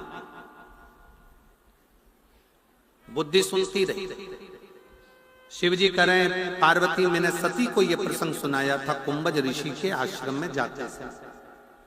बुद्धि सुनती रही। फिर भाग्य ने कहा, मैं व्यक्ति को करोड़पति बना सकता हूं और व्यक्ति को रोड़पति बना सकता हूं। बुद्धि सुनती रही। अब बुद्धि का भी दिमाग ठनका और बुद्धि ने भाग्य से कहा, तुम बना सकते हो? हाँ। एक खेत में एक किसान काम कर रहा था। बुद्धि ने कहा, तुम इसको राजा बना दो तो मैं मान लूंगी। भाग्य हो ना तुम भाग्य हो ना, तुम इसको राजा बना दो। खेत में काम करने वाले किसान को अगर तुम राजा बना दोगे, तुम बुद्धि कहती है मैं तुम्हारी दासी बन जाऊंगी, बनाओ इसको राजा। भाग्य ने हंसते हुए कहा, क्या बुद्धि, इतना छोटा सा काम दिया है मुझे राजा बनाने का? अभी बना देता हूं मैं राजा, अभी।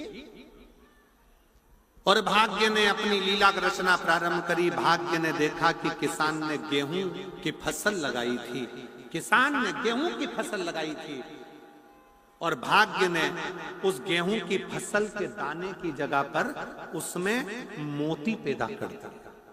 क्या पैदा करा है? मोती।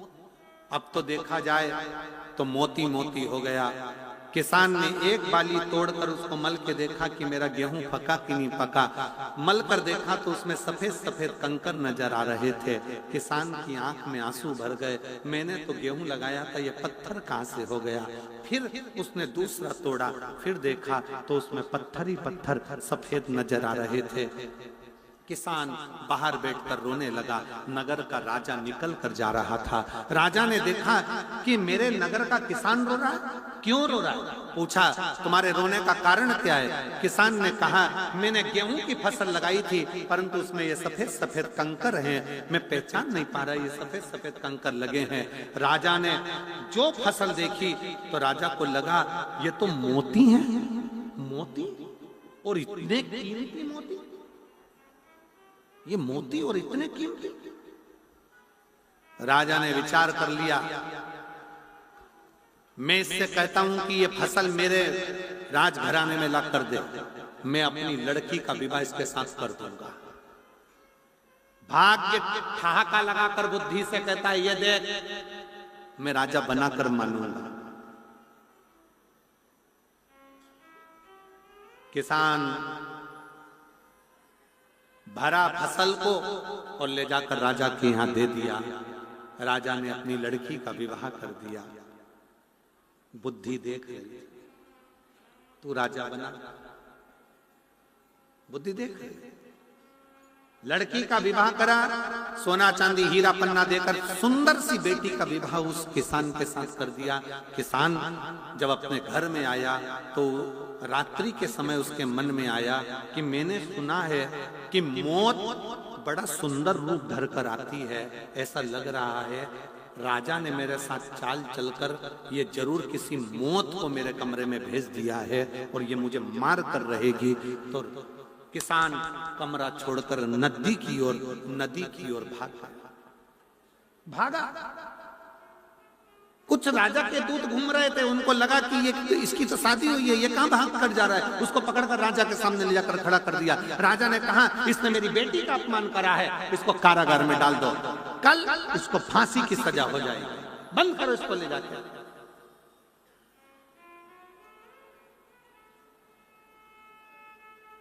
बुद्धि ने कहा भाग्य देवता क्या हुआ, राजा बन गया? भाग्य देव हाथ जोड़कर बोले मेरी गोटी उल्टी बैठ गई, ये राजा नहीं बना। तुमसे हाथ जोड़कर निवेदन है इसको छुड़ा दो, भले ये राजा बने चाहे नहीं बने। बुद्धि ने कहा तुमने हार मान ली भाग्य? भाग्य कहता है कि मैं हार मानता हूं। बुद्धि ने अपना रीत अपनाई।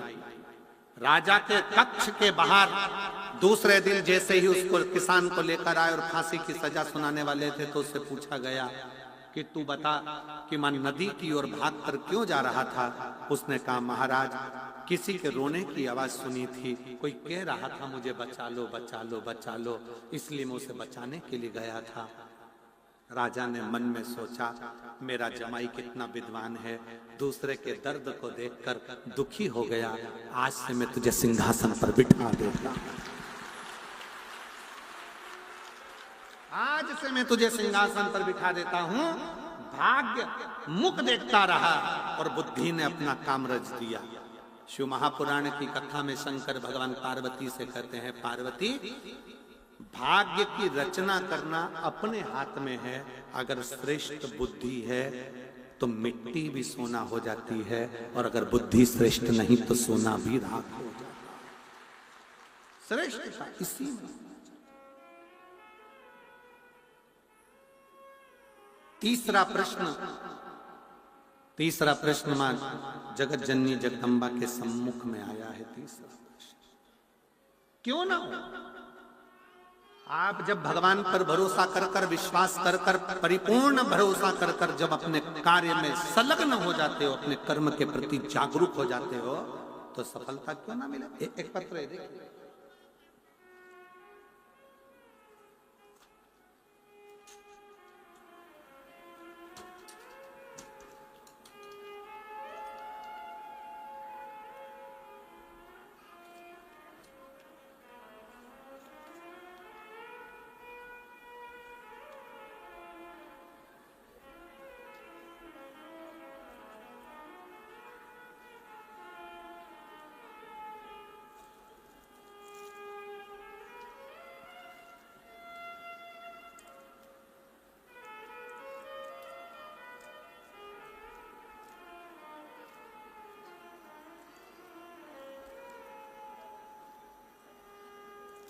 मैं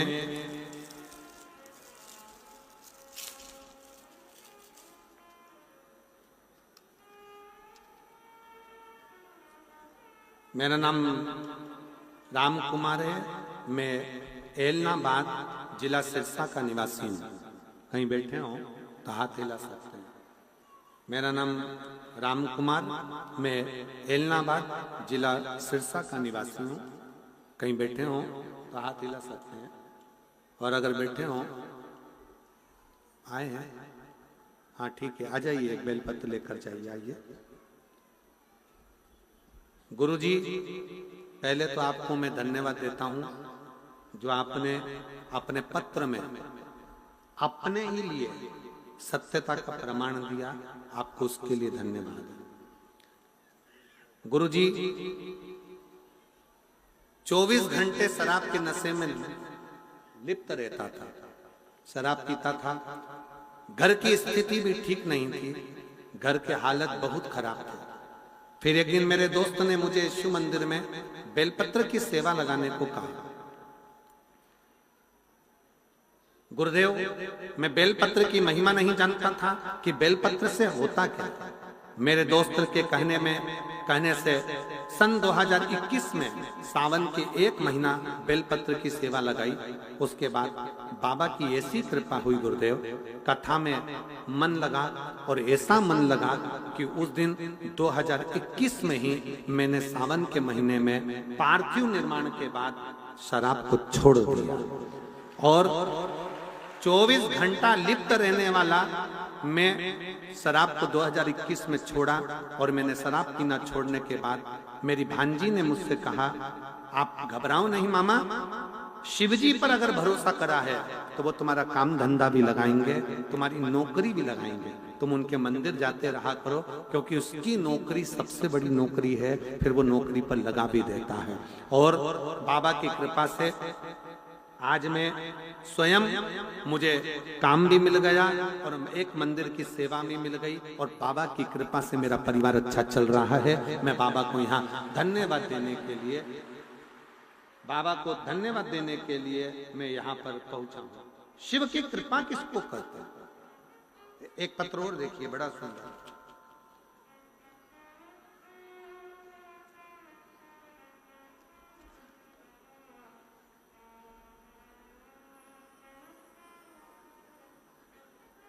संदीप, मेरा भाई संदीप, पिताजी राजेंद्र कुमार, गांव लालवास। कहीं बैठे हो तो हाथ हिला सकते हैं, अगर कहीं बैठे हो। और अगर बाहर पंडालों में हो, यहाँ है, हाथ हिला, आ जाइए, एक बेलपत्र लेकर जाइए, आ जाओ। मेरा भाई संदीप, पिताजी राजेंद्र कुमार, गांव लालवास। 6 से 7 साल से मेरा भाई 2017 से सरकारी नौकरी की तैयारी कर रहा था। कभी 1 नंबर से, कभी 2 नंबर से रह जाता। सारे प्रयास करके थक गया, आखिरी में उसने एग्जाम देना बंद कर दिया। तब आप कथा में बोले कि अपनी मेहनत को 4 गुना करो, अपने परिश्रम को बढ़ाओ, फालतू भाग्य के भरोसे मत बैठो, अपनी लगन को बढ़ाओ। मैंने अपने भाई से कहा, तू सियोर वाले महाराज की कथा सुन, वो हमेशा कहता है कि 4 गुना मेहनत करो। और मेरे भाई ने कथा सुनकर मेहनत करना प्रारंभ करा, पढ़ाई करी रात दिन एक, बाबा का कथा सुनी। फिर मेरे भाई ने कथा में सुना कि पंडाल में बैठकर जो मांगते हैं वो मिलता जरूर है। मेरा भाई सिरसा भी आया, भटिंडा भी गया, सीहोर भी गया, रेवाड़ी भी गया, और 4 जगह पर उसने कथा पंडाल में बैठ के सुनी। आज बाबा की कृपा से उसको उम्मीद नहीं थी कि सरकारी नौकरी लग जाएगी। आज बाबा की कृपा से 17/10/2024 को शिक्षक पद पर नियुक्त हो गया और वो टीचर बन गया। मैं बाबा को यहाँ धन्यवाद देने के लिए आई हूँ। शिव तत्व,